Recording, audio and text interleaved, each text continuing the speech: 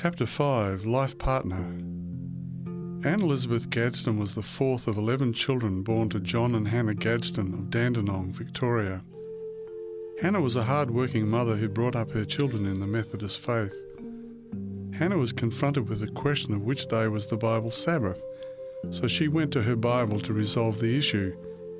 She could not find any command to worship on the first day of the week, so she became a Sabbath keeper, observing her day of rest on Saturday each week. When Mr. Crick, a Seventh-day Adventist colporteur, visited the family in 1900, he introduced the family to the Seventh-day Adventist faith. Hannah, her 5 daughters and one of her sons became Seventh-day Adventists.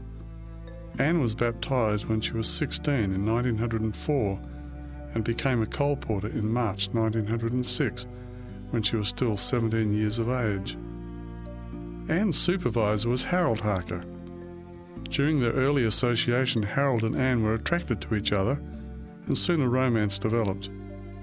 Harold was an experienced colporteur, and Anne was a young woman with a burning desire to serve her God and her church. Their common purpose in life helped to strengthen the bond that was developing between them. Harold recognised that God was leading him to his life partner, and he asked Anne to marry him. While Harold and Anne's romance was developing, Anne and her friend Mabel Barlow were working together in Geelong, Victoria.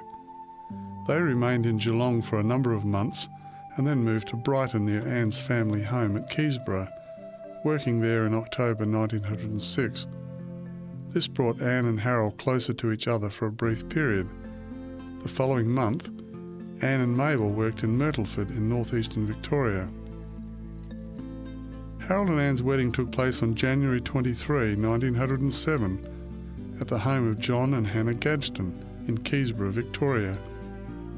Harold was 29 years of age, and Anne was approaching her 19th birthday. Pastor J.H. Woods officiated at the wedding. Anne's sister Alice was her bridesmaid. The house was beautifully decorated with flowers. The wedding ceremony was followed by a simple reception with food and speeches. It was a wonderful day for the happy couple. After their wedding, Harold and Anne returned to Harold's house in Melbourne. Harold continued his work as the state agent for the Victorian Conference. Anne devoted herself to supporting Harold and giving the house a woman's touch. The newly married couple were very happy and looked forward to a life of service together. Harold adored his young wife, and Anne added to the cheerful atmosphere in the home. Soon, however, a giant shadow was cast over their happiness.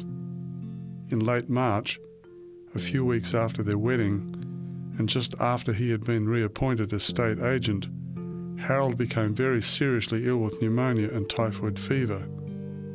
Prayers for his recovery were made, and church members throughout Australasia were invited to pray for Harold's recovery in the Union Conference record of April 1, 1907. He was also anointed in line with the instruction in the book of James, chapter 5, verses 14 and 15. Is any sick among you? Let him call for the elders of the church, and let them pray over him, anointing him with oil in the name of the Lord. And the prayer of faith shall save the sick, and the Lord shall raise him up. And if he have committed sins, they shall be forgiven him. For more than a week, Harold remained gravely ill at home. When the last crisis came, Harold's life remained in the balance. Slowly the crisis passed and he began to improve slightly. Soon it became apparent that Harold would live, and he began to recover. Prayers of gratitude were offered for his healing as he recuperated at home under the tender care of Anne.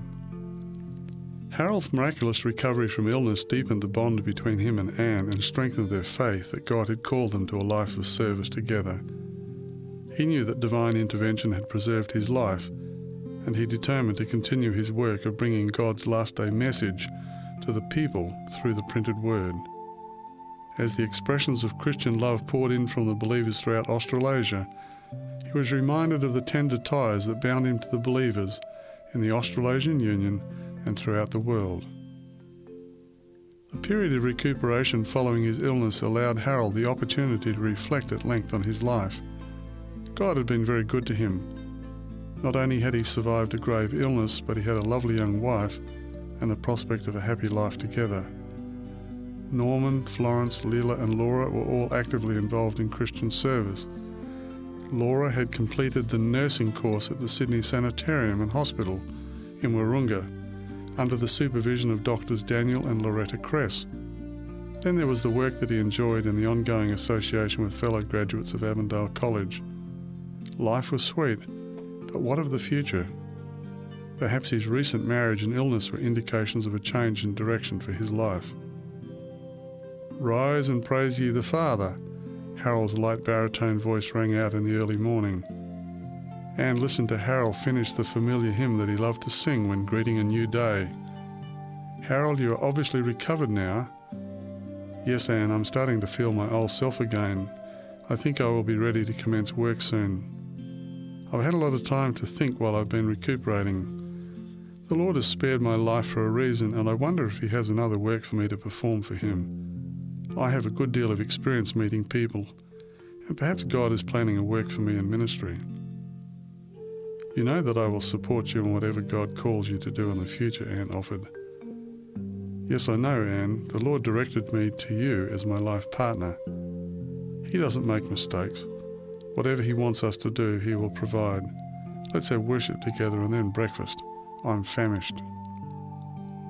Harold resumed work as state agent for Victoria. He was reappointed to the position in March 1908. 2 months later, on May 17, 1908, Harold and Anne's joy was full as Anne gave birth to Laura Lillian Harker at Dandenong. Their first child was named after Laura, Harold's younger sister, who had pleaded with him to attend the tent mission at Hastings in 1893 and who was now serving God as a nurse. In September, Harold returned to Cooranbong as one of the Victorian delegates to the Union Conference, which was the level of organisation above the state conferences.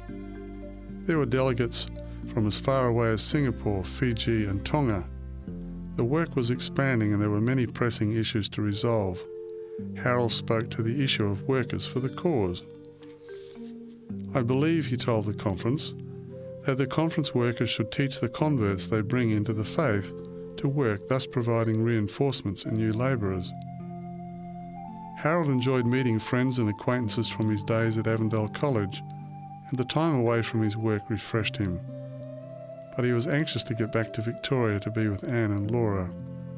He returned to his family and work in Victoria, but he was unsettled in his mind about the future. It was a year and a half since he felt the stirring of his thoughts in regard to ministry. His marriage and illness were a watershed in his life, yet life continued as before. Perhaps the Lord was not calling him to the ministry after all. Harold confided his thoughts to Anne, and they made the issue a matter of prayer, but no clear answers came. While he enjoyed his life as a coal porter, Harold felt the need for a change. After years of an itinerant life, he thought it would be nice to have a more settled life again. Harold liked restoring furniture, and a second-hand furniture business in Ballarat was available for sale. Harold expressed an interest in the business and advised the conference that if they did not feel that they could confirm the call he felt to ministry, then he would be travelling to Ballarat to make an offer on the business. Harold advised the conference of the date of his travel. The day of his travel to Ballarat arrived, and Harold had not been contacted by the conference office. He said goodbye to Anne and Laura, and with a heavy heart boarded the train to Ballarat. As the train left Melbourne and moved northwest into the Victorian countryside, he felt keenly disappointed. He was sure the Lord was calling him into ministry after years of preparation, but perhaps he was wrong. He consoled himself with the thought that at least the matter was decided and he had a clear direction for the future.